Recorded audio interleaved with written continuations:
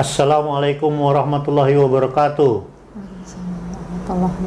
Sahabat Asanusa Channel, malam ini kami kedatangan seorang emak-emak relawan Anies Baswedan yang juga seorang advokat praktisi hukum, bersama membuka kantornya di Bilangan Cikini bersama sang suaminya Muhammad Joni and Tanamas Law Firm. Ya. Nah, kami ketahui sejawat advokat ini sedang menyusun buku berjudul Apa Kata Rakyat tentang Anies Baswedan. Untuk itu kita sapa dulu Ibu Ina Tanamas. Selamat malam, Bu Ina. Assalamualaikum warahmatullahi wabarakatuh. Selamat malam, Pak. Waalaikumsalam warahmatullahi wabarakatuh. Bisa diceritakan inisiatif untuk membuat buku Apa Kata Rakyat itu karena apa? Apa motif inilah?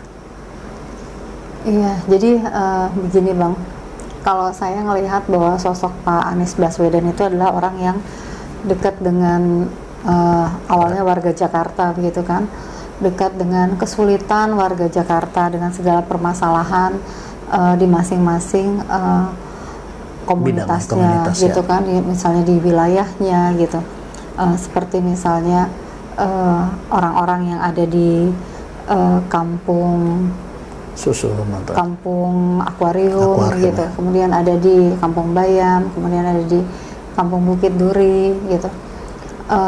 Jadi saya kepingin tahu nih, sebenarnya benar nggak sih bahwa Pak Anies Baswedan itu dekat di hati warga Jakarta? Makanya saya kepingin bikin buku tentang kata rakyat, tentang Bapak Anies Baswedan. Jadi saya ngerasa Bang, kalau Pak Anies Baswedan itu adalah sosok pemimpin yang dekat dengan rakyat, terutama rakyat yang sedang dalam kesulitan, seperti misalnya warga yang ada di kampung akuarium, gitu, kemudian kampung Bukit Duri, kampung Bayam. Nah, karena itu makanya saya ingin bikin buku tentang apa kata rakyat tentang Anies Baswedan, gitu. Saya datang ke warga di Jakarta di beberapa tempat untuk mewawancarai mereka, mendengar bagaimana keluhan ketika kampungnya digusur, kemudian Pak Anies ketika itu sudah menjadi gubernur dan berjanji akan membantu. Nah, selanjutnya kebijakan-kebijakan beliau memang lebih mengarah kepada bagaimana warga yang ada di beberapa kampung yang tergusur itu untuk kemudian dibangunkan kembali pemukiman untuk tempat mereka tinggal. Nah, jadi dari situ banyak warga yang saya datangi untuk diwawancarai, dan hasilnya ya memang persis seperti apa yang dibayangkan orang-orang, bahwa memang Pak Anies itu adalah sosok pemimpin yang sangat peduli pada kesulitan rakyatnya, gitu. Nah, begitu juga ketika saya bertemu dengan para relawan Anies Baswedan seluruh Indonesia dari Sabang sampai Papua, rata-rata mereka juga merasakan hal yang sama, begitu. Jadi saya rasa memang sudah waktunya kita punya pemimpin yang peduli pada rakyat, peduli pada kesulitan bangsa ini, dan dengan mempersatukan kita semua tanpa ada pembedaan-pembedaan ras, suku, agama, dan yang lain-lainnya. Begitu Bang. Artinya Ibu Ina ini melihat bahwa sosok Anies ini dalam setiap program yang memang pro rakyat, ya, kalau boleh dibilang begitu, ya. Nah, sehingga akhirnya ikut dalam barisan relawan, ya. Relawan Anies Baswedan. Nah, untuk relawan Anies Baswedan sendiri, menurut Ibu, apakah memang ini bentukan Anies Baswedan sendiri, atau memang karena seperti kampung-kampung susun itu atau rakyat yang ini yang memang karena kecintaannya terhadap Anies Baswedan sehingga mendukung? Kalau saya melihat relawan Anies Baswedan dari Sabang sampai Papua itu adalah orang-orang yang memang merasakan sosok kepemimpinan yang merakyat seperti Pak Anies dan apa adanya begitu, santun, lembut, dan merakyat begitu kan. Semuanya merasa seperti itu ketika Pak Anies datang bertemu dengan para relawan, itu selalu menatap gitu, kemudian memegang bahu, familiar gitu. Jadi semua orang merasa dimanusiakan gitu, semua orang merasa seolah-olah Pak Anies itu dekat dengan mereka gitu, merasa bahwa Pak Anies itu peduli dengan semua relawan gitu. Dan yang saya tahu memang tidak ada, semua relawan itu mengeluarkan koceknya sendiri untuk bikin kaos, bikin atribut untuk yang bergambar Pak Anies gitu. Jadi nggak ada yang karena uang atau apa, nggak, rata-rata mereka semua teman-teman relawan Anies Baswedan itu dari Sabang sampai Papua rindu akan sosok pemimpin yang seperti Pak Anies. Jadinya mereka mau berjuang supaya di 2024 Pak Anies bisa menjadi presiden di Indonesia. Nah, terus secara konstitusi kan harus diwakili oleh parpol untuk pemilihan nih.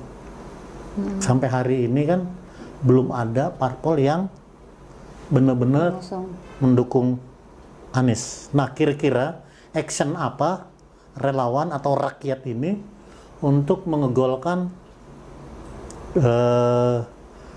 Pak Anies Baswedan ini sebagai capres 2024? Memang ada beberapa partai politik yang ingin mendukung Pak Anies begitu. Nah, itu sebetulnya adalah ranah partai politik begitu kan, bukannya ranahnya relawan. Tapi begitupun kami para relawan tetap bersinergi bersama, bekerja sama, kemudian berjuang bersama untuk mendukung Pak Anies, dan mudah-mudahan ini menjadi pemikiran juga dari partai politik untuk segera menetapkan dukungannya untuk Pak Anies Baswedan, karena relawan terus bekerja nih Bang, dari Sabang sampai Papua terus mengajak orang-orang untuk memilih Pak Anies Baswedan di 2024. Nah, saya punya pemikiran begini, partai politik itu kan basisnya itu konstituen atau suara kalau di ini, ya kan? Suara itu sebenarnya kalau bisa disinergikan, relawan ini kan suara, iya gak? Iya. Nah, gimana kalau disinergikan para relawan ini masuk ke ranah parpol misalnya ambil contoh gini, yang sudah ada kan yang kelihatan tiga parpol yang siap dukung katanya. Nah, misalnya partai Nasdem, karena terakhir Nasdem itu jadi ragu-ragu ketika ada semacam survei, ketika dia bilang mendukung Anies, turun elektabilitasnya kan gitu. Nah, bagaimana meyakinkan relawan ini meyakinkan Nasdem, Nasdem kalau situ dukung Anies, kita akan masuk atau kasih suara ke Nasdem, bisa nggak gitu? Saya pikir itu kalau proses politik semua akan bergulir, Bang. Bergulir ya. Oh, jadi siap. kita wait and see aja apa yang akan dilakukan parpol. Yang penting relawan tetap bekerja di garisnya, ranahnya ya. Iya, dan nanti insya Allah jika ada waktunya untuk berkolaborasi, ada jalan Allah untuk ke sana, Bang. Amin, amin, amin.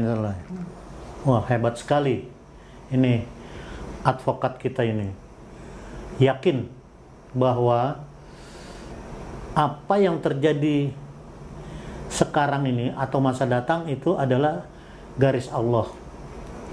Artinya ada campur tangan Tuhan ya. Iya. Nah,